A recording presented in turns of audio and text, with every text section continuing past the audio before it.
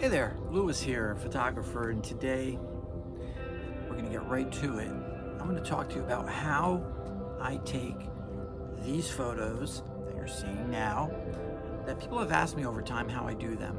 How do I get that movement? How do I get that light? What's going on with this? What's going on in these photos? Today I'm going to explain exactly what I've been doing for the last 20 years, taking these types of photos at events. And I'm going to tell you why I do it. I'm going to tell you how I do it. And I'm going to tell you when you're not supposed to do it and all those little details in between. All right, so let's get right to it. And let's look at some photos first. And then I'm going to show you what you need and how to do it. So the general concept um, for taking these, the idea is to first create a different type of image during whatever event that you're photographing. Something that's different from the norm.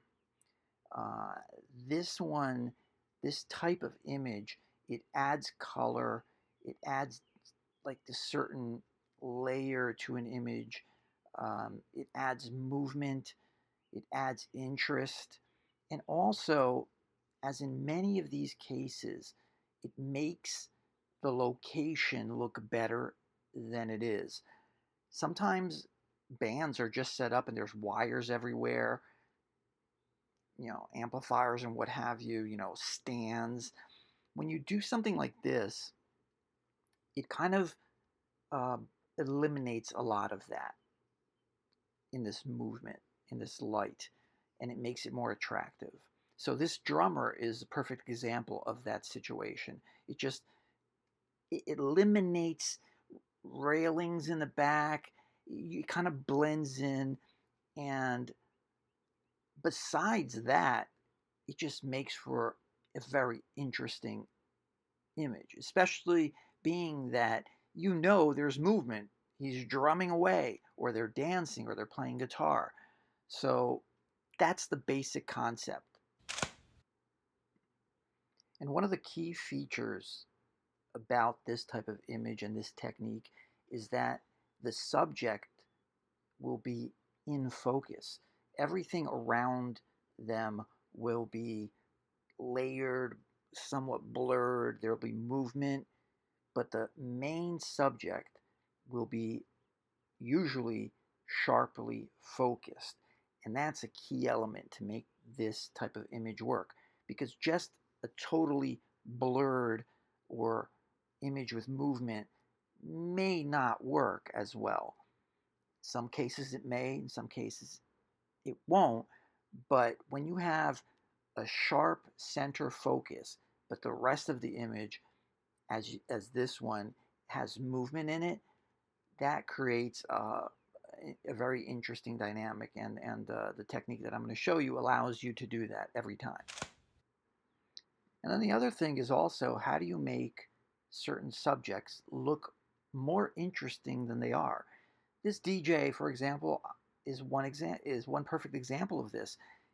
He's on his laptop. He has two laptops. He has his DJ equipment, and a straight photograph of this is not interesting at all. So I did this technique for this shot exactly for that reason. They have a DJ at their wedding. How am I going to make the DJ look interesting? Well, I'm going to add movement to the photograph, and I'm going to do it in this manner. So all of a sudden I get all this burst of color coming out of this image that really, really was not there if I had just taken a straight photograph of it. So again, great way to make a boring photo or a boring subject matter look interesting. Now this shot, I took I took this shot like at least 10 years ago, maybe longer. I would have to look it up, but it's probably somewhere around 2010, 2011. Um, so yeah, so like 13 years ago, 14 years ago. And it's actually one of my favorites. I just really like it. I like the way the fretboard looks, where his fingers are, where his right hand is, where he's picking the guitar, the colors, the light behind him. I just really love this photo, and it's just another example of how to use this way of shooting to your advantage. Because again, this guy is standing, with a wall in the back, with stands and cables everywhere. Not very pretty setting. Not a very pretty setting, and this changes the whole image. So this one is one of my favorites. And while I just showed you an image from like 12, 13, 14 years ago, this image I took a week ago. So I've been doing this for a while, and I continue to do this, and I really, really like this one. Even though you don't see that much of the groom or that much of the bride, the focus is on the hands. Just really, really like this photo. So sometimes, and a lot of the times that you're doing this, the results that you're going to see are almost like a surprise. You don't know exactly what you're going to get. And the biggest feature of all, I believe, by doing this, is that you are getting a unique photograph.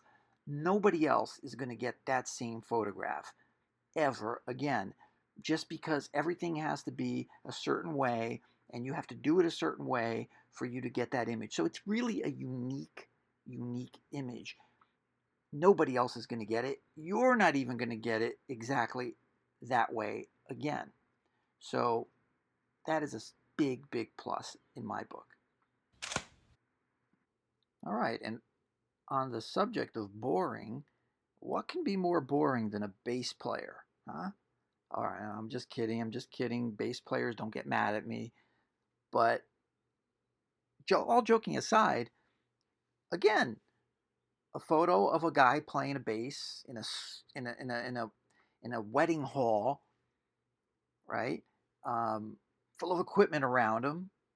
How do you make him more interesting? You add color, you add movement, and that's what this does. And I just love the way his hands look with the green just jumping out there. Really, really just like that addition that when you're looking at it in real life, it's not there. It's only created in this image.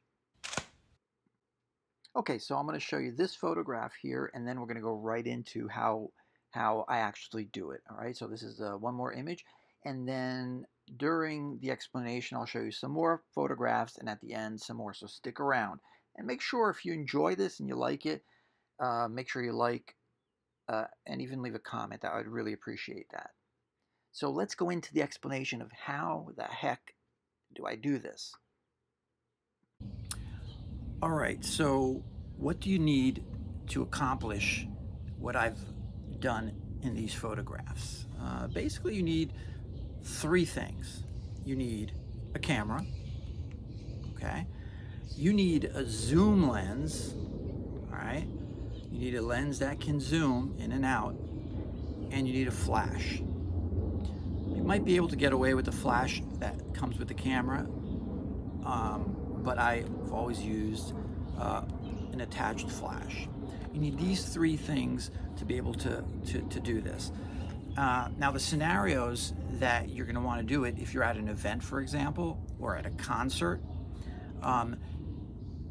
ideally the location isn't super bright. You want medium light, medium to low light, and preferentially with some kind of lights in the background, because it's those lights in the background that are going to show up in the photo in that zoom that you do, in that movement, and it's going to make the photo look very interesting. So what do I do? First thing you got to do is you got to set the shutter speed fairly low. That could be 1/30th of a second at the very minimal. You might want to do 1/20th of a second. Sometimes I go to 1/15th of a second, but it's usually in that area there, 20, 30th of a second, occasionally 40th of a second, but then it's getting a little too fast. But 30, I think, is the sweet spot. That's the first thing you want to do. Your f-stop, I usually like to shoot wide open, so that's what I've been doing. So most of the photos that you see here are shot at 2.8 or 4.0, and that's it. I usually don't shoot much higher than that at events. So that's what you do. You set the camera to a 30th of a second, 2.8 in this case. You turn the flash on, right? And now let's say you're at a wedding, right? People are dancing, there's a band playing or there's a DJ, and you know, it's a fairly moderately lit room. It's not too bright, because that usually doesn't help, and a lot of action is going on. Now, you don't want to just, in this particular case, you don't want to just take a regular photo. You want to do something a little different, and that's where this technique comes in. You don't want to do this all the time, though. You don't want to shoot a reception, for example, or and shoot the entire thing with this method, because anything that's overdone is too much. So you just want to do it a little bit. So at every event that I photograph, I'll do this technique for a few minutes here and there, and then mixed in with a whole bunch of just straight regular shots. You know what I'm saying? So there's a band playing, people are dancing, I get embedded in the crowd, people don't pay attention to me at that point, well into the party. I have the camera set at a 30th of a second, 2.8. I got the flash on, and then this is what you're gonna have to do. I'm gonna make believe you there are the subject. I'm gonna look through the camera as people are dancing, right? And you see that little click there? That's me focusing. So I'm gonna focus on the subject that I want. And I am going to be usually zoomed in. So this lens here, for example, is a 24 to 70 millimeter lens. You could use other ones. This is a 24 to 70. When I'm looking at it, I'm usually zoomed in. I'm at 70 right now, focused on you at 70, right? And I just focused again. You see the little light going on, it's focusing. And then what I'm gonna do is, when I take the photo, the same instant that I take the photo, I do two things. And by the way, I'm not just doing this. I actually don't move the camera. So camera movement's not really the way to name this.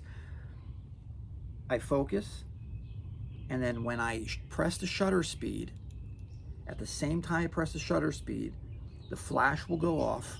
I have it pointing straight up because I like to bounce. And I'm gonna unzoom at the same time. So I'm gonna go from 70 millimeter to 24 millimeter at the same time I press the shutter. So something like this. Okay? So I'm gonna do it sideways here, like that. So when you do that, what happens is the flash is making the subject that you're zoomed into frozen on the screen, in the image. They'll be frozen in time there. But since you have your shutter's it's a little slower, slower, and you're doing this, it's enough to catch that movement. The subject is going to be sharp because of the flash. So the subject will be sharp because of the flash. So the center of the image usually is sharp. But then when you zoom out, all the lights that are around the venue, they're going to get dragged out with the opening or the zooming of the lens. In this case, the unzooming of the lens, because we're going from 70 to 24, right? So that all kind of paints the photograph. It just puts this layer, this extra layer of imagery on your center, uh, on the center of the photo that is usually sharp, right? And that's it.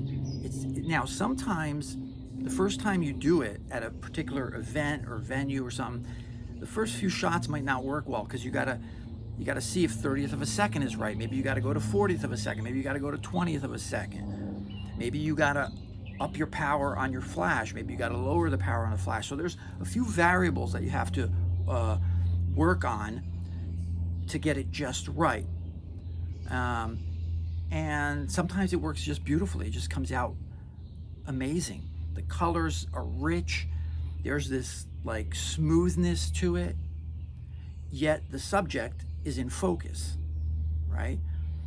So that's what makes this type of image really special. But like I said, you don't want to use it all the time. So I just sprinkle it here and there, a little bit here, a little bit there.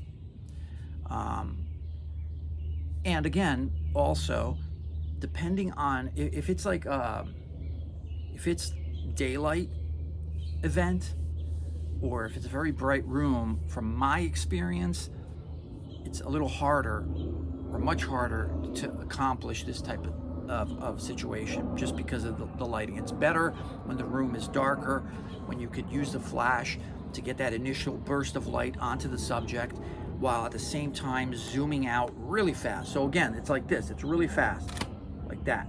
You got to time it so that you press and you zoom out at the same time. Here we go again, like that, okay? And the flash should be going off. Yeah, see that? So focus right there. You do that and you work on it and you'll get nice results.